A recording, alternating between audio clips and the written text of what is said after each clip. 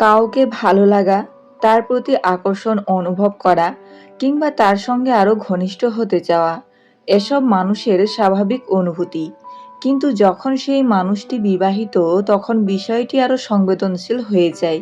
কারণ এখানে শুধু আপনার অনুভূতি নয়, তার নিজের ইচ্ছা, ব্যক্তিগত সীমারেখা এবং তার জীবনের বাস্তবতাকেও গুরুত্ব দিতে হয়।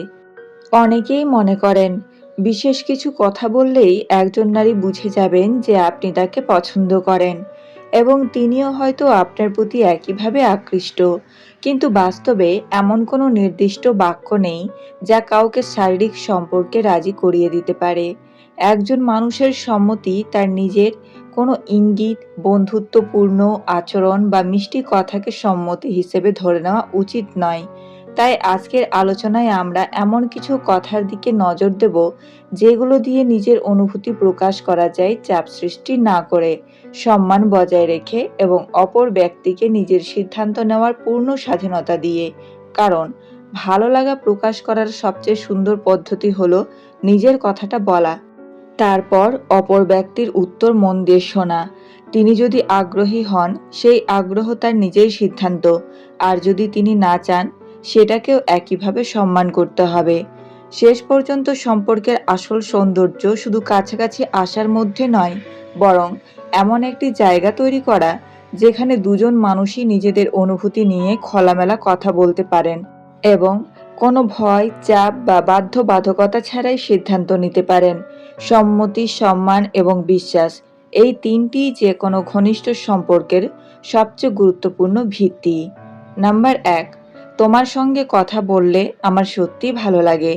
কাউকে পছন্দ করার অনুভূতি প্রকাশ করার জন্য সবসময় খুব সরাসরি বা শারীরিক ধরনের কথা বলার প্রয়োজন নেই, বরং সহজ, আন্তরিক এবং সম্মানজনক একটি বাক্য অনেক বেশি অর্থবহ হতে পারে।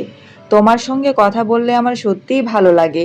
এই কথার মাধ্যমে আপনি বোঝাতে পারেন যে তার ব্যক্তিত্ব, কথা বলার ধরন কিংবা সঙ্গ আপনার কাছে ভালো লাগে।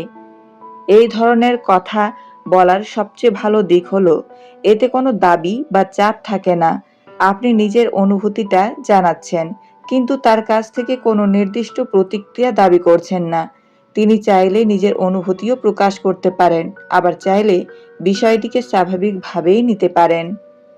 তবে একটি বিষয় মনে রাখা জরুরি, তিনি আপনার সঙ্গে অনেক কথা বলছেন বলেই যে তিনি আপনার প্রতি রোমান্টিক বা শারীরিকভাবে আকৃষ্ট এমনটা ধরে নেওয়া যাবে না।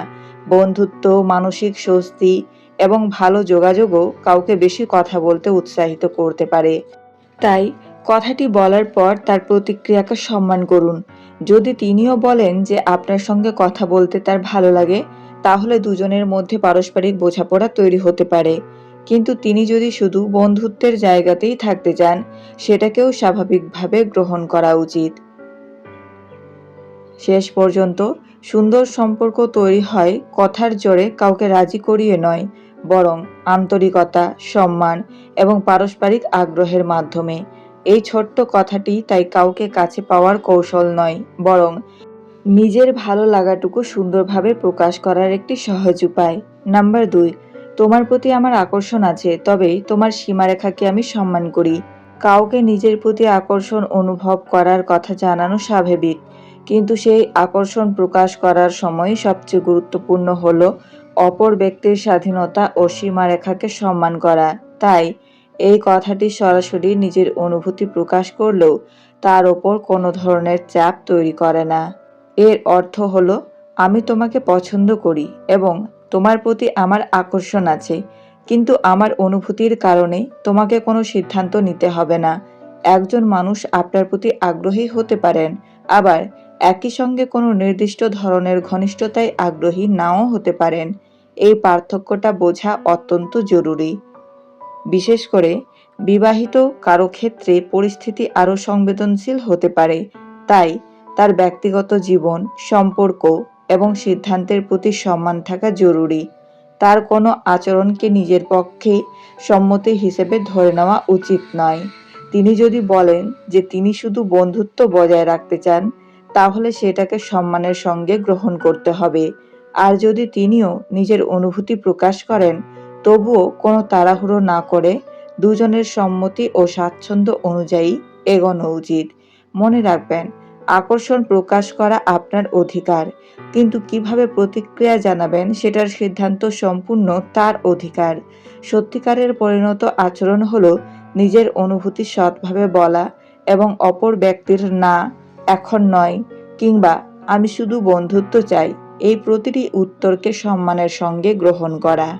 নাম্বার ৩, তুমি যেটাতে স্বাচ্ছন্দ্য বোধ করো আমরা শুধু সেটুকুই করব। এই কথাটির সবচেয়ে গুরুত্বপূর্ণ দিক হলো এখানে নিজের ইচ্ছার চেয়ে দুজনের স্বাচ্ছন্দ্য ও সম্মতিকে বেশি গুরুত্ব দেওয়া হচ্ছে। ঘনিষ্ঠ কোনো সম্পর্কের ক্ষেত্রে শুধু একজনের আগ্রহ যথেষ্ট নয়, দুজনেরই একই বিষয়ে স্বচ্ছন্দ ও সম্মত থাকা প্রয়োজন। এই কথার মাধ্যমে বোঝানো যায় আপনি কোনো কিছু জোর করে এগিয়ে নিতে চান না। তিনি যে সীমারেখা নির্ধারণ করবেন সেটাকে সম্মান করা হবে। তিনি যদি কোনো বিষয়ে অস্বস্তি প্রকাশ করেন তাহলে সেখানে থেমে যাওয়া উচিত। ব্যাখ্যা চাওয়া, বারবার অনুরোধ করা বা আবেগের চাপ তৈরি করা নয়। আরেকটি বিষয় মনে রাখা দরকার, সম্মতি একবার পাওয়া মানেই সবকিছুর জন্য সম্মতি নয়। একটি বিষয়ে রাজি হওয়া অন্য কোনো বিষয়ে রাজি হওয়ার অর্থ দেয় না। এমনকি আগে সম্মতি থাকলেও পরে তিনি মত পরিবর্তন করতে পারেন এবং সেই পরিবর্তনকেও সম্মান করতে হবে।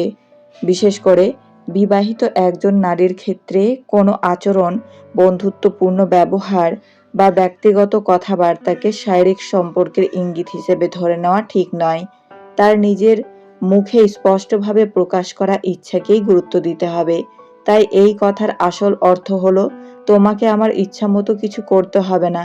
তুমি যে সীমার মধ্যে স্বাচ্ছন্দ্য বোধ করো সেটাই আমার কাছে গুরুত্বপূর্ণ। এমন মনোভাবই যে কোনো ঘনিষ্ঠ সম্পর্ককে নিরাপদ, সম্মানজনক এবং পারস্পরিক করে তোলে। শেষে একটা কথা মনে রাখবেন, কাউকে কাছে পাওয়ার জন্য কোনো ম্যাজিক কথা বা নিশ্চিত কৌশল নেই। আকর্ষণ থাকতেই পারে, কিন্তু সেই আকর্ষণকে সম্মান, সততা এবং পারস্পরিক সম্মতির সঙ্গে প্রকাশ করাটাই সবচেয়ে গুরুত্বপূর্ণ। কেউ আপনার প্রতি আগ্রহী হলে সেটি তার নিজের সিদ্ধান্ত, আর আগ্রহী না হলে সেই সিদ্ধান্তকেও সম্মানের সঙ্গে গ্রহণ করতে হবে। বিশেষ করে বিবাহিত কোনো নারীর ক্ষেত্রে তার ব্যক্তিগত জীবন ও সীমারেখার প্রতি আরও বেশি সংবেদনশীল থাকা জরুরি। তাই কাউকে প্রভাবিত করার চেষ্টা নয়, নিজের অনুভূতি পরিষ্কারভাবে প্রকাশ করুন, তার কথা মন দিয়ে শুনুন এবং তার সিদ্ধান্তকে সম্মান করুন। কারণ সত্যিকারের আকর্ষণ কখনো জোর করে পাওয়া যায় না। বিশ্বাস ও পারস্পরিক সম্মতির মাধ্যমেই একটি সুন্দর সম্পর্ক তৈরি হয়। ভিডিওটি ভালো লাগলে লাইক করুন, আপনার মতামত কমেন্টে জানান এবং এমন আরও ভিডিও পেতে চ্যানেলটি সাবস্ক্রাইব করে পাশে থাকুন।